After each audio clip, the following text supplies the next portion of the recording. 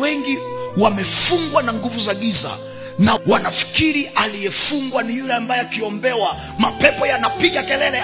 Huyo ambaye mapepo yamelipuka ana nafuu. Maana kulipuka kwa mapepo ni ishara ya nje kwamba huyu mtu amefungwa. Si kila aliyefungwa akiombewa mapepo yanalipuka, na si kila anayefunguliwa kwamba anafunguliwa kwa mapepo kupiga kelele. No, kuna mtu ukiombewa, ukitamkiwa tu neno, maisha yako yanafunguka, vifungo vinakuachia. Na kwa sababu hiyo kuna watu wengi maisha yao hayaendi, biashara haiendi, ndoa haina maana, watoto ndio usiseme kwenye masomo. Wamefungwa na nguvu za giza na hawaelewi kwamba wamefungwa. Wanaona ni hali ya kawaida. Maidia, hiyo sio hali ya kawaida. Tafuta msaada wa maombi, uombewe. Na mimi Mungu amenituma.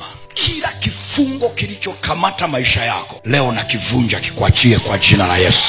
Kila kifungo kinachosababisha biashara yako haikupi matokeo, kazi yako haikupi matokeo, ndoa yako haina maana, na vunja hicho kifungo kwa jina la Yesu.